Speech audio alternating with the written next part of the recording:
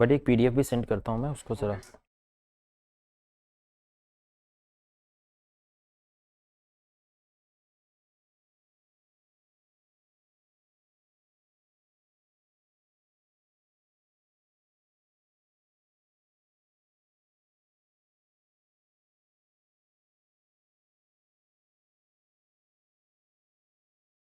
क्या किया था लास्ट क्लास में डिस्कस,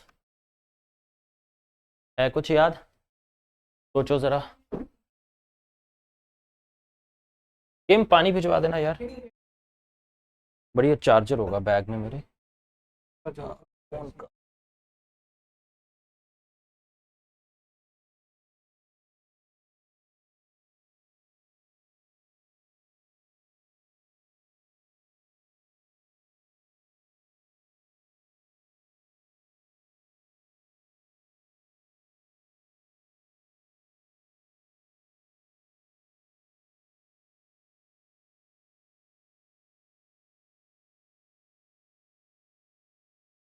हाँ हाँ भेज दी। तो क्या डिस्कस किया था लास्ट क्लास में?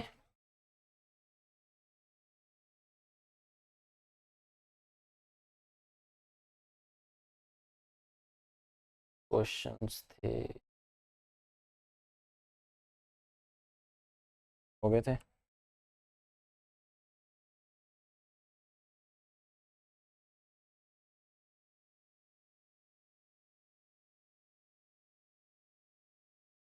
राइज ऑफ रेवोल्यूशनरी एक्टिविटीज, ठीक है।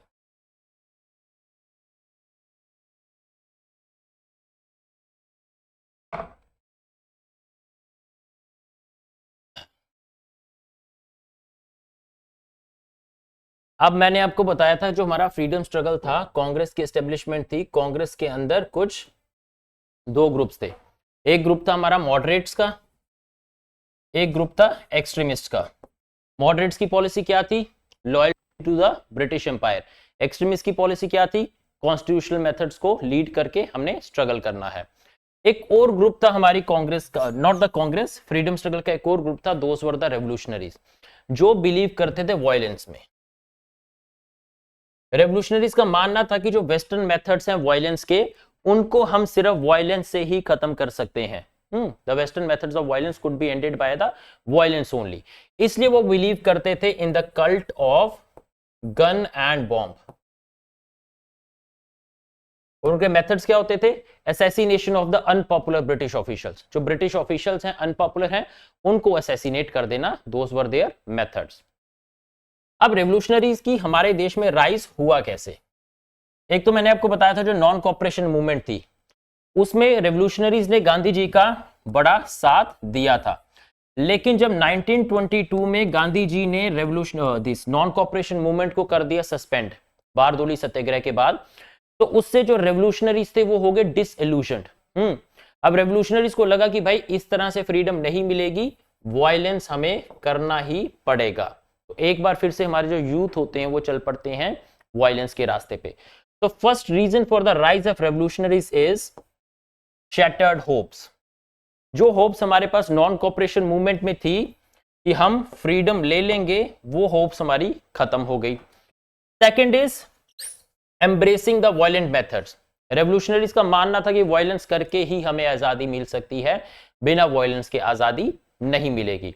एंड इनकी इंस्पिरेशन की बात करें तो their inspiration was the Russian revolution. Russian revolution से हमारे रेवोल्यूशनरीज इंस्पायर्ड थे। रेवोल्यूशनरीज हमारे जैसे Bhagat Singh, Chandrashekhar Azad, Batukeshwar Dutt, Ram Prasad Bismil, these all were the revolutionaries. अब कुछ ऑर्गेनाइजेशंस बनाई गई थी रेवोल्यूशनरीज के द्वारा हमारे देश में। जैसे एक ऑर्गेनाइजेशन थी हिंदुस्तान रिपब्लिकन आर्मी। ये जो हिंदुस्तान रिपब्लिकन आर्मी थी, दैट वाज फॉर्म्ड इन 1924। 1924 में बनी थी, और बनी कहां थी? कानपुर में। अब कुछ इंपॉर्टेंट हमारे रेवोल्यूशनरीज हैं जो एसोसिएटेड थे इसके साथ। वन वाज राम प्रसाद बिस्मिल, जिन्होंने इसको बनाया था। एक और थे जिनका नाम था J C Chatterjee, and one was Sachindra Sanyal.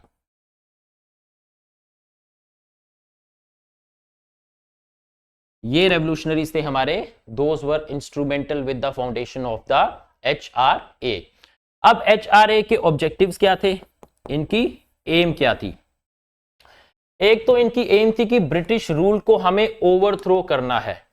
Overthrow किस तरह से करना है? थ्रू आर्म्ड रेवोल्यूशन, हथियारों का इस्तेमाल करके ब्रिटिश रूल को हमें ओवरथ्रो करना है, आर्म्ड रेवोल्यूशन। सेकंड इनकी एम थी कि हम इंडिया को एक फेडरेशन बनाएंगे। India was to be converted into a federation, और फेडरेशन भी किस तरह की? जिस तरह से यूनाइटेड स्टेट्स ऑफ अमेरिका है उस तरह से हम बनाएंगे यूनाइटेड स्टेट्स ऑफ इंडिया। इस तरह से हम इंडिया को एक फेडरेशन बनाएंगे। अब 1924 में एस्टेब्लिश हुई HRA, हिंदुस्तान रिपब्लिकन आर्मी। 1928 में इसका नाम चेंज करके रख दिया गया HSRA, S डाल दिया बीच में, S स्टैंड्स फॉर सोशलिस्ट। अब भगत सिंह का कहना था कि अगर हमें आजादी मिल जाती है लेकिन वो आजादी कुछ चुनिंदा लोगों के हाथ में जो हमारे पर रूल करें तो वो आजादी किस काम की? तो वो इस तरह की आजादी चाहते थे जिसका कंटेंट कैसा हो? सोशलिस्ट, मतलब गवर्नमेंट जो है वो वेलफेयर मेजर्स को अपने हाथों में रखे। That was the socialistic content. तो HSRA 1928 में बना। कौन एसोसिएटेड था इसके साथ? भगत सिंह एंड चंद्रशेखर आजाद। ठीक है, this is the HRA and HSRA। हाँ बिल्कुल, लक्ष्य आ रही है।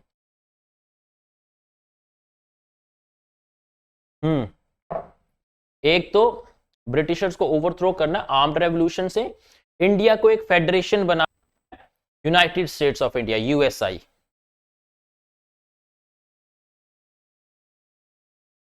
लीडर कोई नहीं थे, ये मेन इंपॉर्टेंट पर्सनैलिटीज थी, रामप्रसाद बिस्मिल, JC चटर्जी और सचिंद्र सन्याल। ठीक है, चलिए आगे देखते हैं। Next is Kakori robbery. अब काकोरी रॉबरी की बात करें, जो रेवोल्यूशनरीज थे उनको रेवोल्यूशन को लीड करने के लिए जरूरत होती थी फंड्स की, लेकिन फंड्स तो उनके पास होते नहीं थे। तो फंड्स वो कहां से लाते थे? जो रिच इंडियंस होते थे उनको लूट कर वो फंड्स इकट्ठा किया करते थे। बट रिच इंडियंस को लूट के वो फंड तो इकट्ठा कर लेते थे, लेकिन इंडियंस की जो सिंपैथी है उसको वो गेन नहीं कर पाते थे। तो उन्होंने डिसाइड किया कि भाई हम इंडियंस को ना लूट के हम ब्रिटिशर्स को ही लूटा करेंगे। तो उन्होंने क्या किया? एक प्लान बनाया। एक ट्रेन थी जिसने जाना था सहारनपुर से अहमदाबाद, लखनऊ, फ्रॉम सहारनपुर टू लखनऊ। उन्होंने प्लान बनाया कि इस ट्रेन को हम बीच में ही रोक के उसको लूट लेंगे। तो इंटरमीडिएट स्टेशन था उसका एक काकोरी। तो उन्होंने प्लान बनाया कि इसको हम रोकेंगे काकोरी में, और काकोरी में रोक के इसको हम लूटेंगे। तो काकोरी में ट्रेन को उन्होंने लूटा, और जो 5000 रुपीज गार्ड कैबिन में कैश पड़ा हुआ था उसको उन्होंने चोरी कर लिया। और जो रेवोल्यूशनरीज जिसके साथ एसोसिएटेड थे, दोज वर, एक तो आपके Ramprasad Bismil,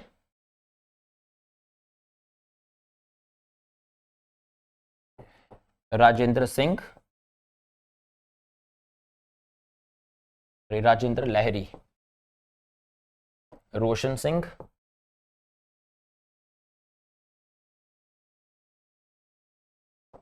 and Ashfaqulla Khan.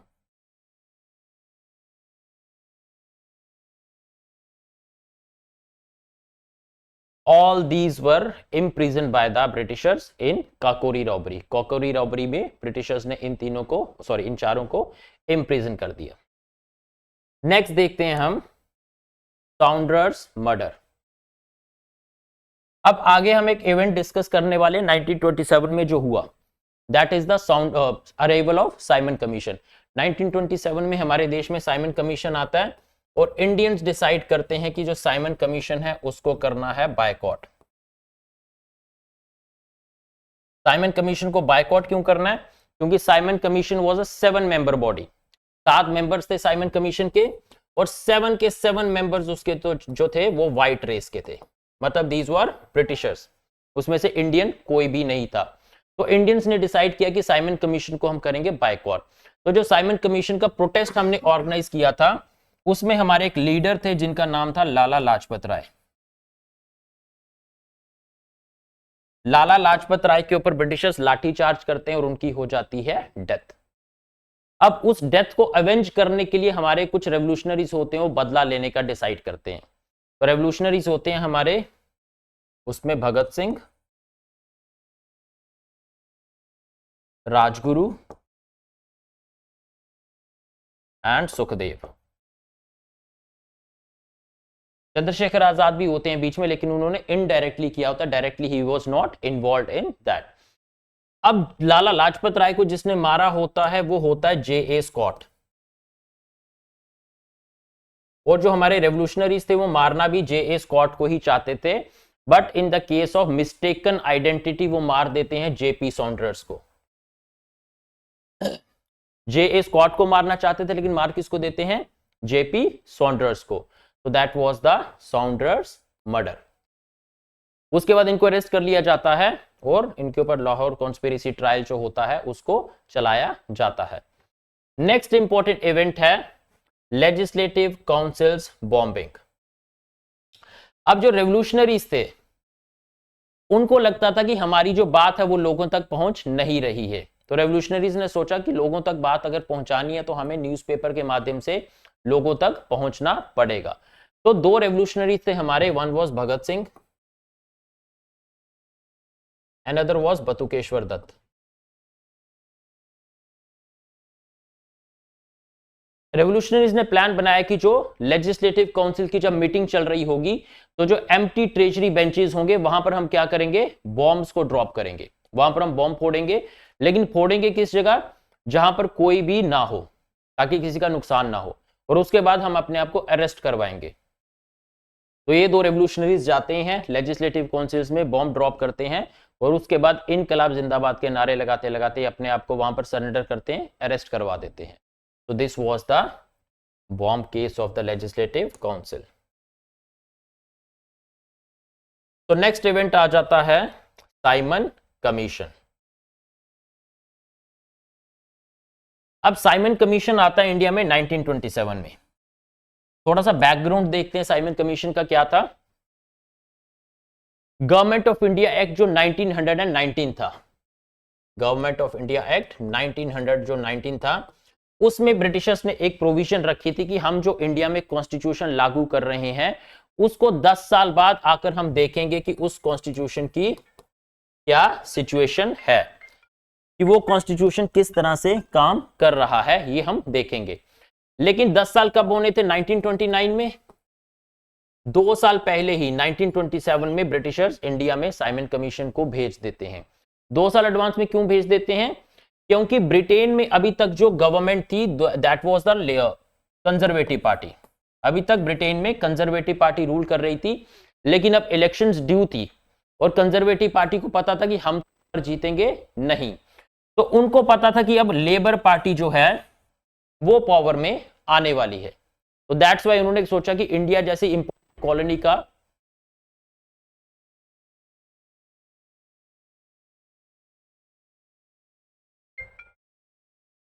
Hello good evening. अरे यार एक बार फोन काटा, समझो बिजी हूं। क्या राउटर राउटर पिक करना है? पिक कर लीजिए, कोई बात नहीं। हाँ जी हाँ जी हाँ जी हाँ जी, ठीक है ओके।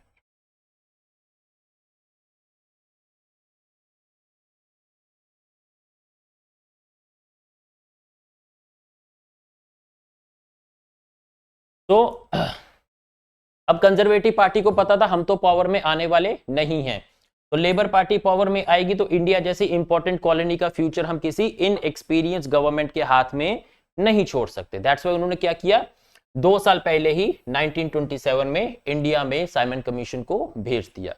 अब साइमन कमीशन आया क्यों? हमारा कॉन्स्टिट्यूशन डिसाइड करने के लिए कि भाई किस तरह से इंडिया का कॉन्स्टिट्यूशन होगा। अब कॉन्स्टिट्यूशन डिसाइड करना किसका? इंडियंस का।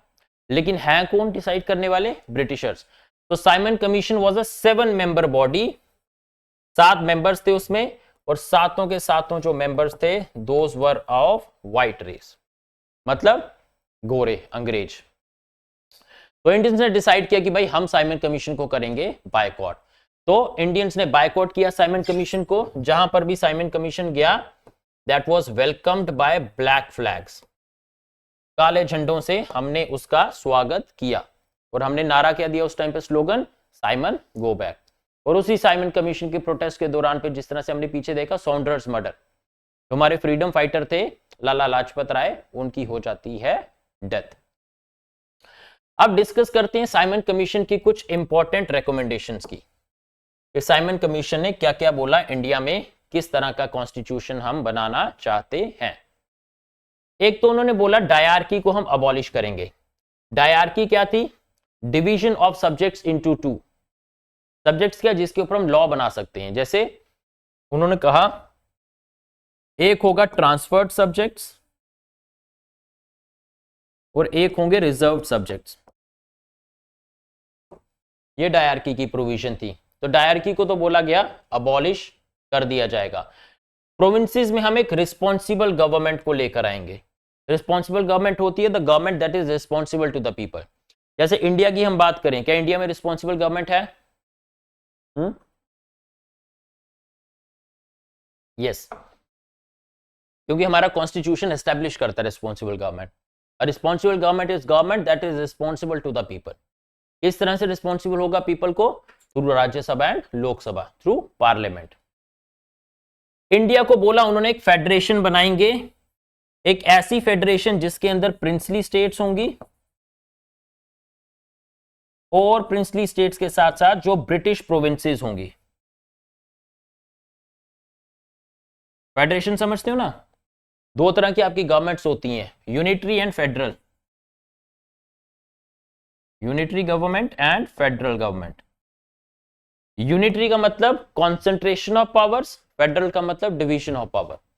मतलब जब पावर्स एक गवर्नमेंट के पास कॉन्सेंट्रेटेड हो, जैसे सिर्फ सेंटर के पास पावर्स हैं, उसको हम बोलेंगे यूनिटरी स्ट्रक्चर। जब पावर्स आपकी डिवाइडेड हैं सेंटर और स्टेट के बीच में, तब उसको हम बोलेंगे फेडरल स्ट्रक्चर। इस तरह से तो उन्होंने बोला कि इंडिया को एक फेडरेशन बनाया जाएगा। और जो सेपरेट इलेक्टोरेट की प्रोविजन वो लेकर आए थे, किसके लिए था सेपरेट इलेक्टोरेट? मुस्लिम्स के लिए। तो जो सेपरेट इलेक्टोरेट की प्रोविजन वो लेकर आए थे, उन्होंने कहा कि उस प्रोविजन को हम और ज्यादा स्ट्रेंथन करेंगे, और स्ट्रॉन्ग उस प्रोविजन को हम करेंगे।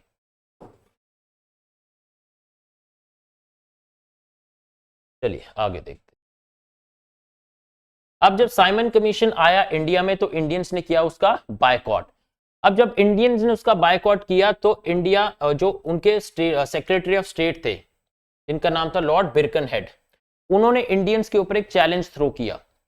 चैलेंज क्या था कि अगर तुम्हें लगता है कि हम तुम्हारा कॉन्स्टिट्यूशन नहीं बना सकते, तो तुम खुद का एक कॉन्स्टिट्यूशनल स्कीम बनाओ जिसको इंडिया के अंदर हर पार्टी जो है वो एक्सेप्ट करे। तो वो चैलेंज उन्होंने एक्सेप्ट किया, और एक्सेप्ट किया हमने, तो हमने पेश की नेहरू रिपोर्ट।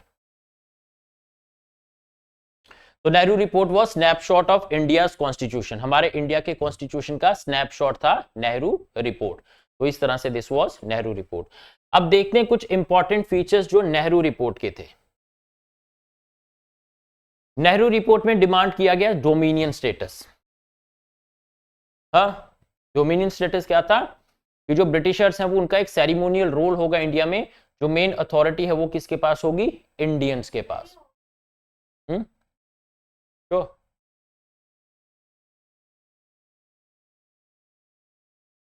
फिर तो सिविल डिसोबीडियंस भी हो गया होगा, लाहौर सेशन भी हो गया होगा। खत्म ही होने देते क्लास को, फिर बताते।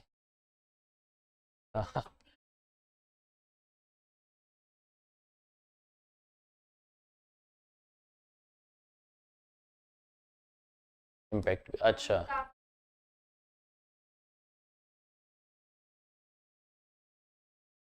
ओके,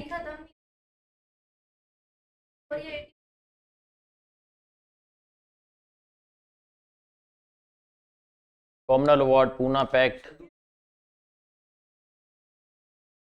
अच्छा, दूसरी पीडीएफ पे थे हम।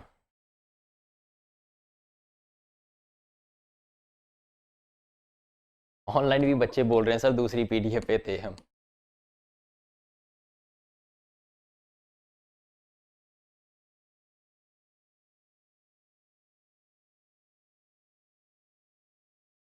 आईएनए नहीं किया था ना हमने, इंडियन नेशनल आर्मी। हाँ मैं समझ गया, आपका बाकी सारा हो गया था, इसमें से आपका सिर्फ बचा था इंडियन नेशनल आर्मी। हमने दूसरी पीडीएफ स्टार्ट कर दी थी, उससे हम पढ़ रहे थे। पहले इंडियन नेशनल आर्मी हम फिनिश कर लेते हैं।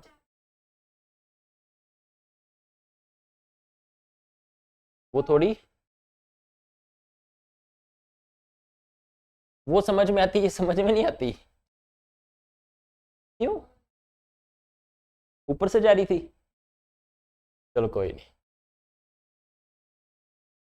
नींद आती है, कॉफी मंगवा दूं?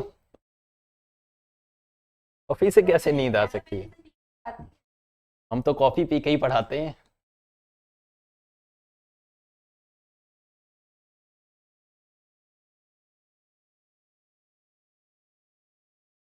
कोई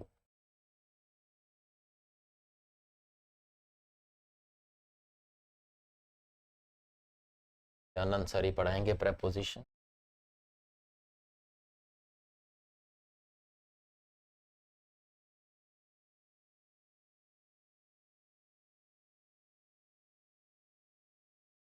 ये भी कर लिया था, अगस्त ऑफर भी कर लिया था, इंडिविजुअल सत्याग्रह भी हो गया था, ब्रिटिश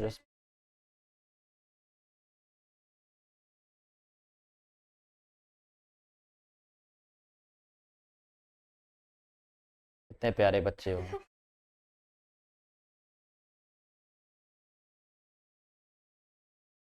हाँ भी तो कह रहा हूँ कितने प्यारे बच्चे।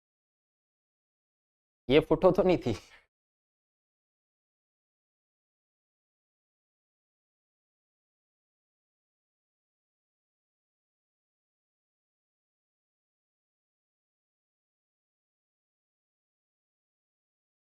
अरे course complete.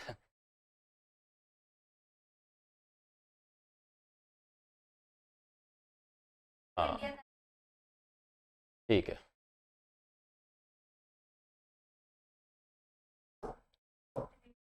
Indian national army, इस पीडीएफ में क्या करना है, जितने मर्जी हो सारे करने ही है हमने। हाँ?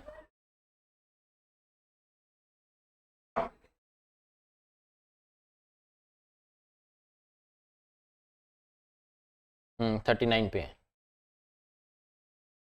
के बाद ऐसे कैसे छुट्टी, 1.5 घंटे की क्लास लगाएंगे पूरी, कुछ और पढ़ेंगे। तो इंडियन नेशनल आर्मी, अब थोड़ा आपको भी पता होगा इंडियन नेशनल आर्मी के बारे में, किसने बनाई थी?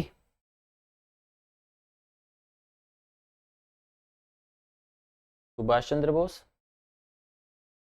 सुभाष चंद्र बोस ने इंडियन नेशनल आर्मी को रीऑर्गेनाइज किया था। जो इंडियन नेशनल आर्मी बनाई थी दैट वाज मोहन सिंह। अब मोहन सिंह ने जो इंडियन नेशनल आर्मी बनाई थी वो उन्होंने बनाई थी जापानीज प्रिजनर ऑफ वॉर से। जो जापान की आर्मी ने इंडियंस को कैप्चर किया था उनको बोला जाता था prisoners of war. Mohan Singh ने रिक्वेस्ट किया जापान आर्मी को कि ये जो प्रिजनर्स ऑफ वॉर्स हैं ये हमें आप दे दो, हम इनसे एक इंडियन नेशनल आर्मी की बनाएंगे कमांड जो इंडिया के ऊपर अटैक करेगी, आपके साथ मिलकर ब्रिटेन को वहां से हम निकाल के बाहर फेंकेंगे। तो that's how the Mohan Singh ने क्रिएट की थी इंडियन आर्मी। जो पहली ब्रांच थी इंडियन आर्मी की that was created with 16,300 man.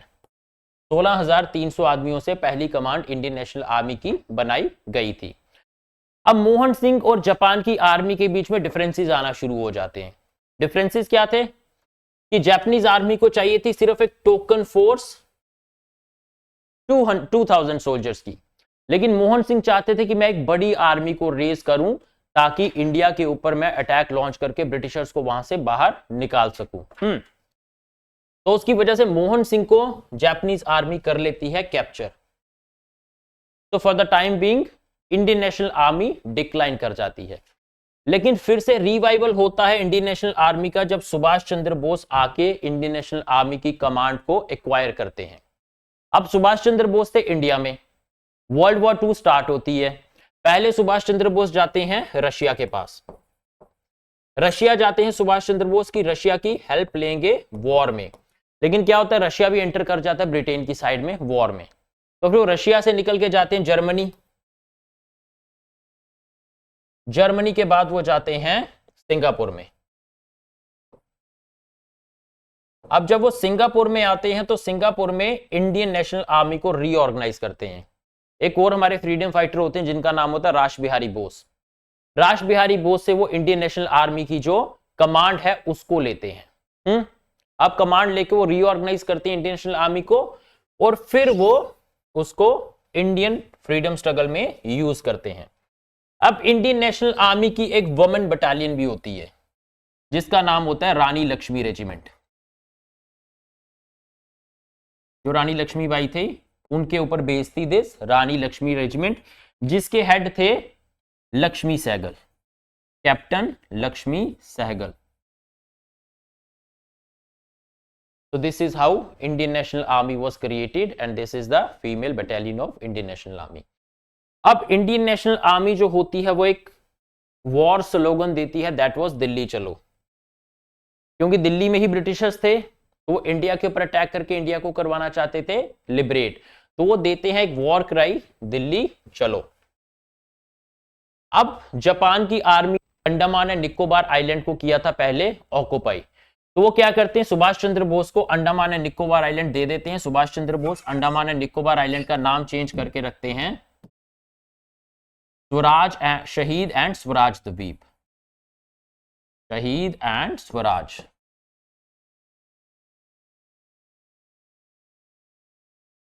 इस तरह से अंडमान एंड निकोबार आइलैंड का नाम वो चेंज करके रखते हैं। अब इंडियन नेशनल आर्मी का एंड हो जाता है। इंडियन नेशनल आर्मी ने प्लान क्या बनाया था कि जापान की आर्मी के साथ मिलकर वो इंडिया के ऊपर अटैक लॉन्च करेंगे, लेकिन जिस तरह से जो जापान की आर्मी है वो सरेंडर कर देती है, उसके साथ साथ जो इंडियन नेशनल आर्मी है वो भी सरेंडर कर देती है। और जो सुभाष चंद्र बोस होते हैं उनकी डेथ हो जाती है एक प्लेन क्रैश में। वो प्लेन क्रैश कहां पे होता है, फॉर्मोसा में। Formosa is basically located in Taiwan.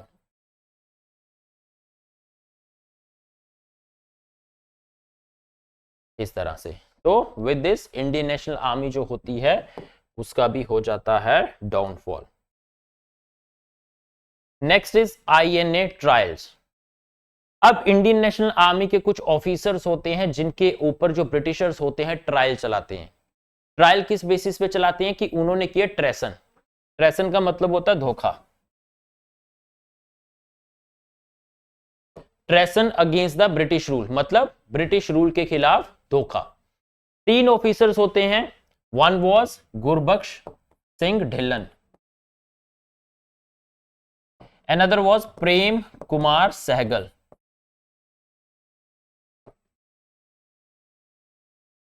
And the third was Ashfaq.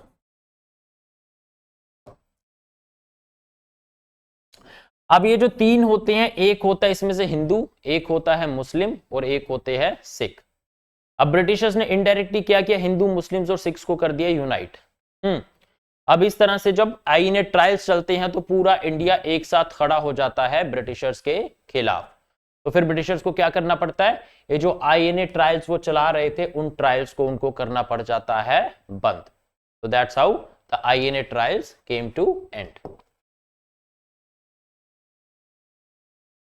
चलिए इन क्वेश्चंस को देखते हैं। Which of the following about the Indian National Army are correct?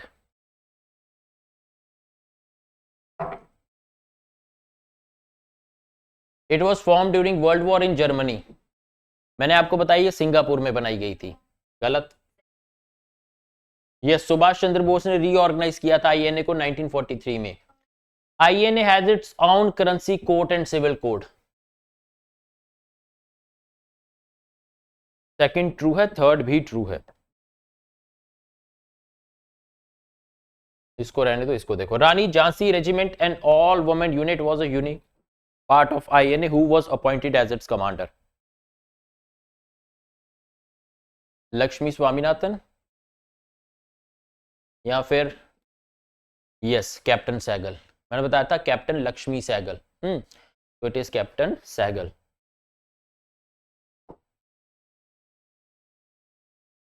Which of the following slogans is incorrectly attributed to Subhash Chandra Bose?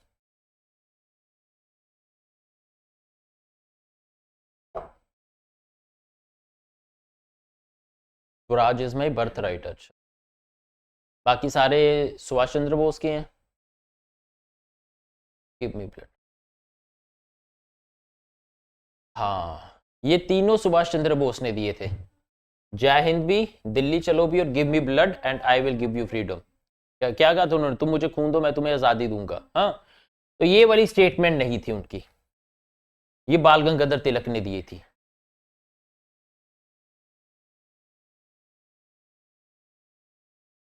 Hello,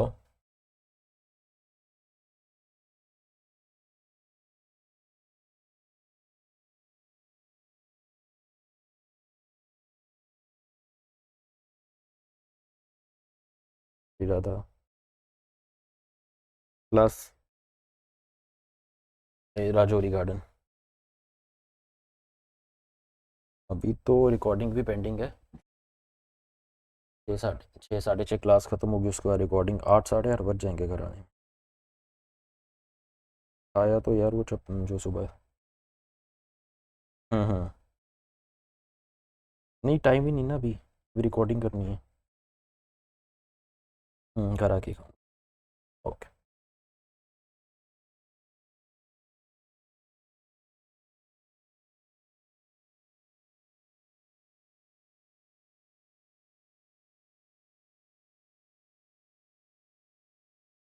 सो क्या देख रहे थे हम? हाँ ठीक है, Swaraj is my birth right किसका था? बाल गंगाधर तिलक का। What was the code name of the military operation led by IN and the Japanese forces to invade British India by the northwestern frontier? उन्होंने ऑपरेशन का कोड नेम रखा था U Go. Option C. What was the outcome of INA trial held at the Red Fort? Yes, very good. They ignited a wave of public sympathy and unrest across India.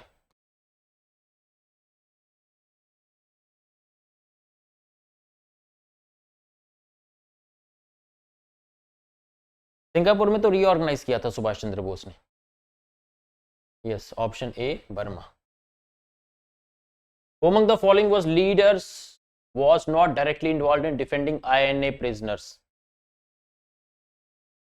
देखो, जब INA के trials हुए थे ना, हमारे कुछ lawyers थे जिन्होंने उनको डिफेंड किया था, जिसमें से जवाहरलाल नेहरू भी थे, बुल्ला भाई देसाई भी थे, तेज बहादुर सप्रू भी थे। मोहम्मद अली जिन्ना ने डायरेक्टली सपोर्ट नहीं किया था, इनडायरेक्टली सपोर्ट किया था। So option D. Azad Hind government established by Bose was first recognised by which of the following countries? सबसे पहले किसने रिकॉग्नाइज किया आजाद? देखो, हाँ जर्मनी ने। सुभाष चंद्र बोस ने एक तो बनाई इंडियन नेशनल आर्मी, जिसका नाम उन्होंने रखा आजाद हिंद फोर्स। एक उन्होंने बनाई आजाद हिंद गवर्नमेंट। आजाद हिंद फोर्स और आजाद हिंद गवर्नमेंट। तो ये आपका जो पहला रिकॉग्नाइज किया गया था उसको, that was recognised by Germany. Which of the following was not a reason for INA's collapse? इसमें से कोलैप्स का रीजन कौन सा नहीं था? ये भी कोलैप्स का रीजन था, ये भी कोलैप्स का रीजन था,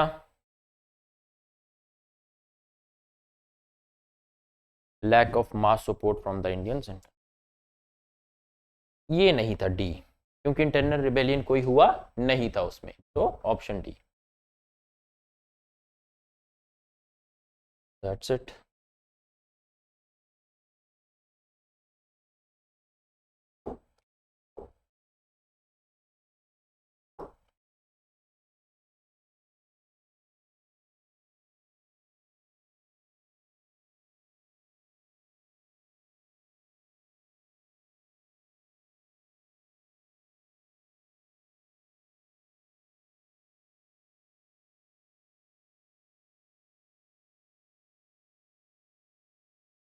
आज ये फ्रीडम स्ट्रगल आपका कंप्लीट कर देंगे। क्योंकि उसके बाद शुरू करनी है पॉलिटी। हाँ पॉलिटी, तो इसको भी खत्म कर देते हैं। तो next is cabinet mission plan. अब जो वर्ल्ड वॉर थी, वर्ल्ड वॉर हो गई खत्म। अब जो वर्ल्ड वॉर खत्म हुई तो उसके बाद जो यूनाइटेड किंगडम था, ब्रिटेन, वो एक सुपर पावर नहीं रहा, क्योंकि इकोनॉमिकली वीक हो गया था, पॉलिटिकली वीक हो गया था, so it was not a super power any more. तो सुपर पावर अब कौन बन गया? USA and USSR. यूएसएसआर मतलब जो रशियन फेडरेशन थी, अब ये बन गए सुपर पावर। तो ये दोनों चाहते थे कि भाई इंडिया को फ्री किया जाए। यूएसए भी चाहता था, यूएसएसआर भी चाहता था कि इंडिया को फ्रीडम ग्रांट की जाए। यूके एक तो कमजोर हो गया था, अब वो उसको लगता था कि अगर इंडिया में एक और रिवॉल्ट हो गया तो उस रिवॉल्ट को कंट्रोल कर पाना मुश्किल है। तो दैट्स व्हाई उसने बोला कि अब इंडिया को आजाद करना है, तो कैबिनेट मिशन प्लान को उन्होंने इंडिया में भेजा 1946 में। The cabinet mission plan was sent. 3 members थे कैबिनेट मिशन प्लान के, एक A V Alexander, one was Stafford Cripps,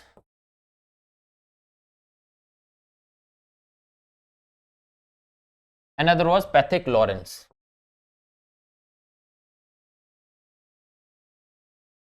These 3 were the members of cabinet mission plan.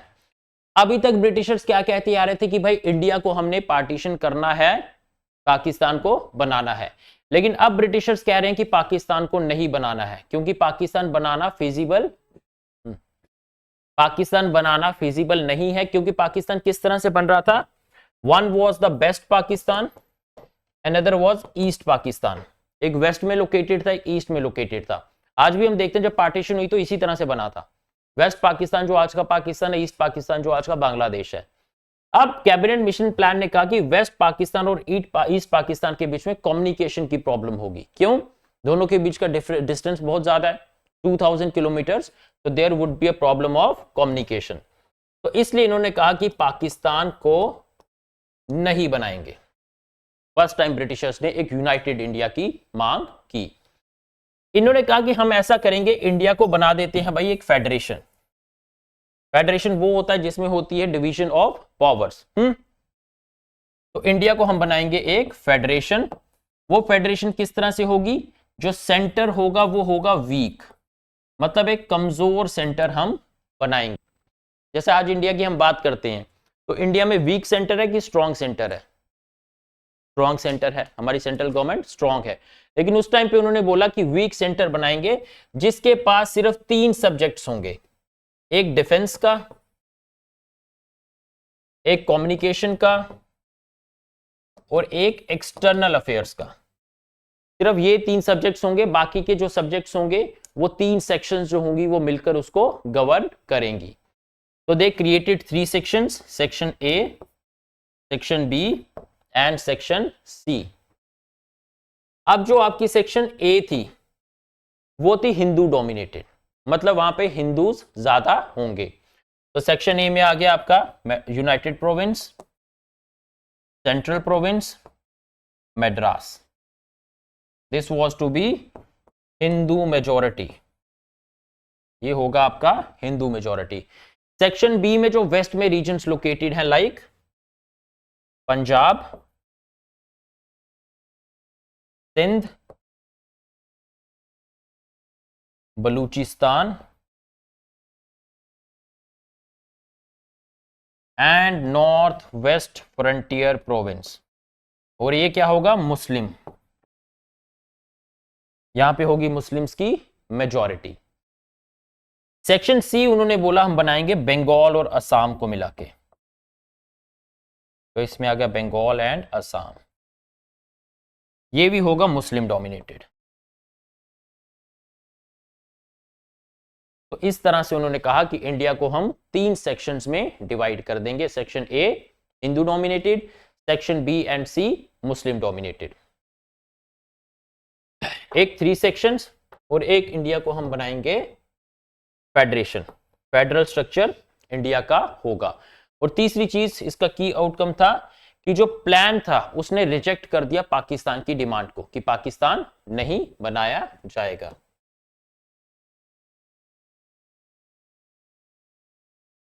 अब इनिशियली क्या हुआ, कैबिनेट मिशन प्लान को पहले तो मुस्लिम लीग ने एक्सेप्ट कर लिया और मुस्लिम लीग के बाद जो कांग्रेस थी उसने भी इस प्लान को एक्सेप्ट कर लिया। अब दोनों ने एक्सेप्ट कर लिया, लेकिन बाद में जो मुस्लिम लीग होती है वो विड्रॉ कर जाती है उस प्लान से। मुस्लिम लीग कहती है कि मैं उसको एक्सेप्ट नहीं करूंगी। उसके अगेंस्ट मुस्लिम लीग लॉन्च कर देती है अगस्त 16 को 1946 में डायरेक्ट एक्शन। डायरेक्ट एक्शन मतलब direct action for the achievement of Pakistan. हम पाकिस्तान को अचीव करेंगे किस तरह से, डायरेक्ट एक्शन से।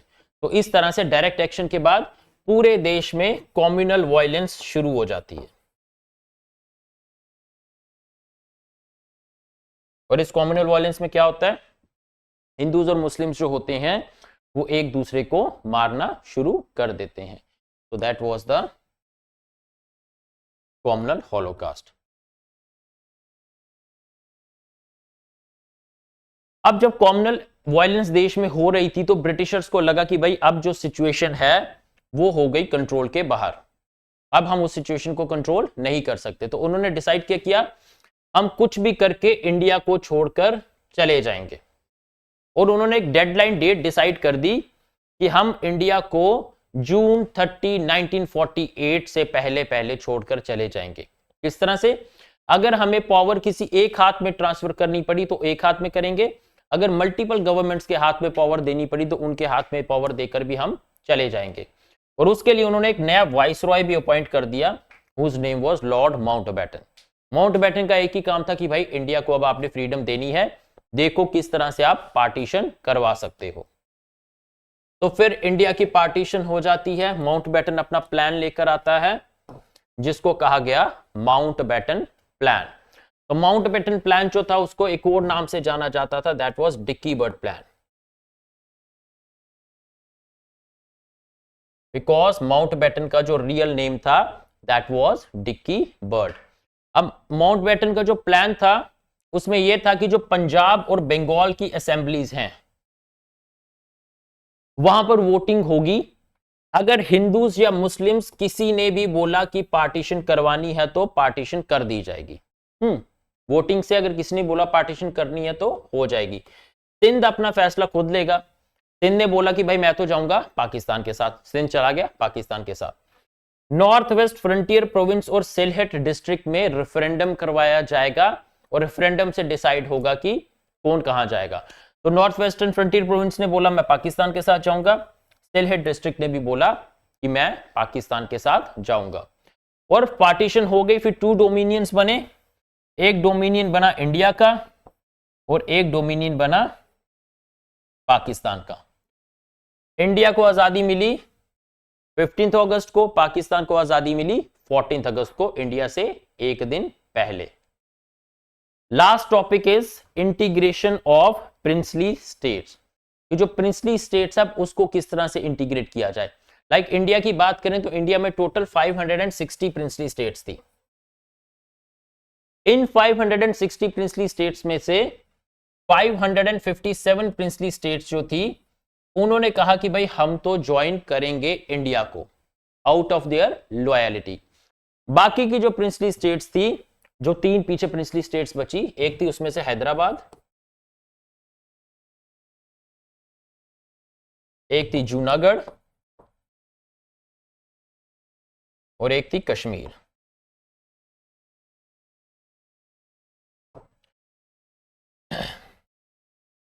अब इनको किस तरह से इंटीग्रेट करवाया गया हम वो देखते हैं। पहले केस है हैदराबाद का। अब हैदराबाद का जो रूलर था दैट वाज मुस्लिम, जिसका नाम था नवाब उस्मान अली खान, वो एक मुस्लिम था। पॉपुलेशन थी हिंदू। अब नवाब चाहता था या तो मैं इंडिपेंडेंट रहूं या पाकिस्तान के साथ जाकर मिल जाऊं। इंडियन आर्मी ने ऑपरेशन लॉन्च किया, ऑपरेशन पोलो, जिसके अकॉर्डिंग हमने हैदराबाद को अपने देश में मिला लिया। दूसरी स्टेट जूनागढ़। जूनागढ़ की रूलर जो था वो था मुस्लिम, मेजॉरिटी पॉपुलेशन थी हिंदू। जूनागढ़ में हमने रेफरेंडम करवाया और उस रेफरेंडम में 80% लोगों ने बोला कि हम भाई इंडिया को ज्वाइन करना चाहते हैं, तो जूनागढ़ को भी हमने इंडिया में मिला लिया। तीसरा था आपका कश्मीर। अब जो कश्मीर था उसका रूलर था हरि सिंह, लेकिन जो मेजोरिटी पॉपुलेशन थी वो थी मुस्लिम। तो हरि सिंह ने डिसाइड किया कि भाई मैं रहूंगा इंडिपेंडेंट, लेकिन पाकिस्तान की आर्मी ने अटैक कर दिया कश्मीर पे, जिसके बाद महाराजा हरि सिंह ने इंडिया की असिस्टेंस मांगी। इंडिया ने बोला हमारे साथ आप साइन करो instrument of accession. Instrument of accession sign करो तभी हम आपकी मदद करेंगे। तो कश्मीर में इंस्ट्रूमेंट ऑफ एक्सेशन साइन किया, इंडियन आर्मी उतरी में और पाकिस्तान को वहां से डिफीट करके जम्मू एंड कश्मीर को उन्होंने फिर सिक्योर किया। तो इस तरह से जो हमारी प्रिंसली स्टेट्स थी उनको इंडिया के अंदर इंटीग्रेट करवाया गया। अब आप 5 मिनट ब्रेक ले लो, उसके बाद हम पॉलिटी स्टार्ट करते हैं। नहीं कर सकते है? क्या करना है 10 मिनट में? दिमाग को पता लगेगा। चलो 6 मिनट की ले लो। ये कौन सा हिसाब है? 6 मिनट बाद छुट्टी 50। हाँ हाँ वेरी गुड, 50 पे क्लास स्टार्ट करेंगे, ठीक है। किसने बोला?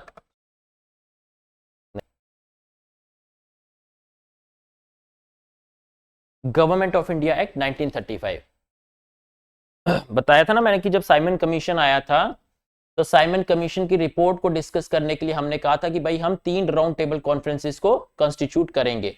उन 3 राउंड टेबल कॉन्फ्रेंसेस की जो समरी थी उसको पब्लिश किया हमने एक व्हाइट पेपर में जो 1933 में पब्लिश किया।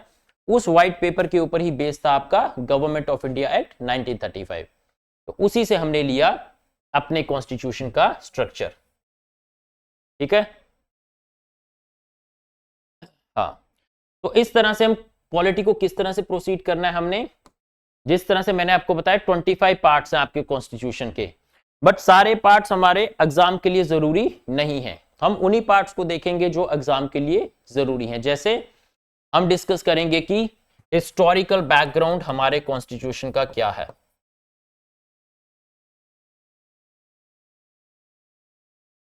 हम डिस्कस करेंगे कि भाई सिटीजनशिप की प्रोविजंस क्या हैं,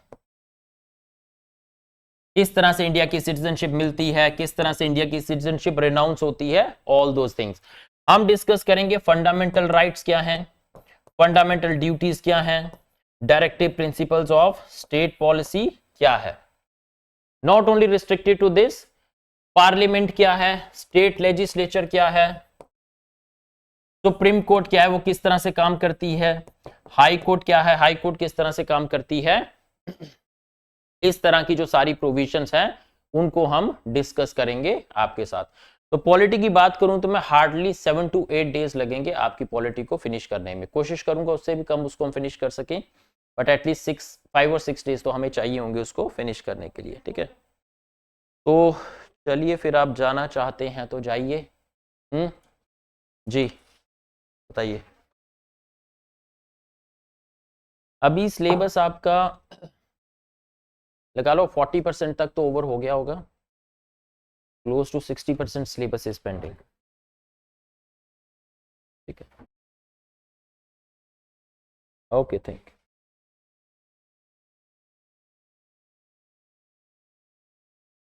यू।